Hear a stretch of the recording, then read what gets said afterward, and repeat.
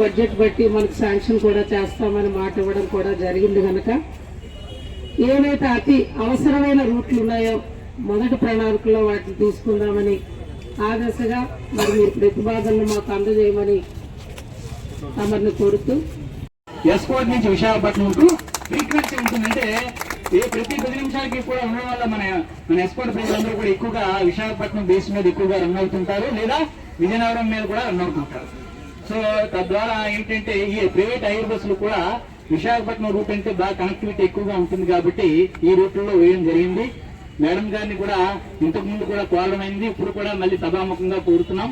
మిగతా రూట్లో కూడా మన గవర్నమెంట్ తరఫున ప్రత్యేకమైన బస్సులన్నీ కూడా వచ్చి ఎస్కోట్ ప్రజలందరికీ కూడా ప్రత్యేకమైన ఈ వాహన సౌకర్యం అనేది బాగా కల్పిస్తారని చెప్పేసి ఈ సభాముఖంగా కోరుతున్నాం.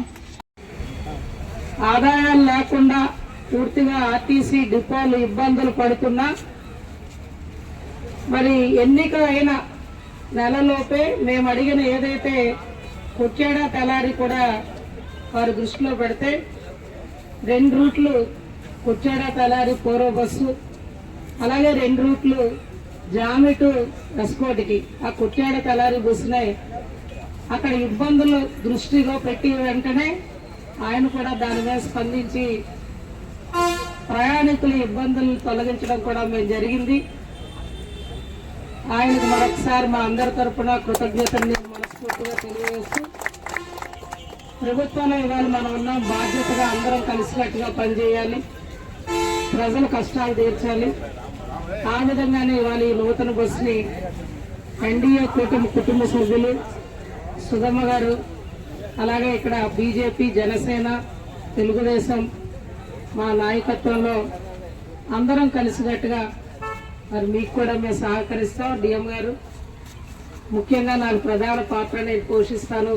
ఏదైతే మీరు కొన్ని మొన్న ఆలూబిల్లు బస్సు కూడా పూర్వం తిరిగేదని కొంతమంది గ్రామస్తులు చెప్పారు, ఆ స్థానిక నాయకులు కూడా తెలుగుదేశం నాయకులు చెప్పారు.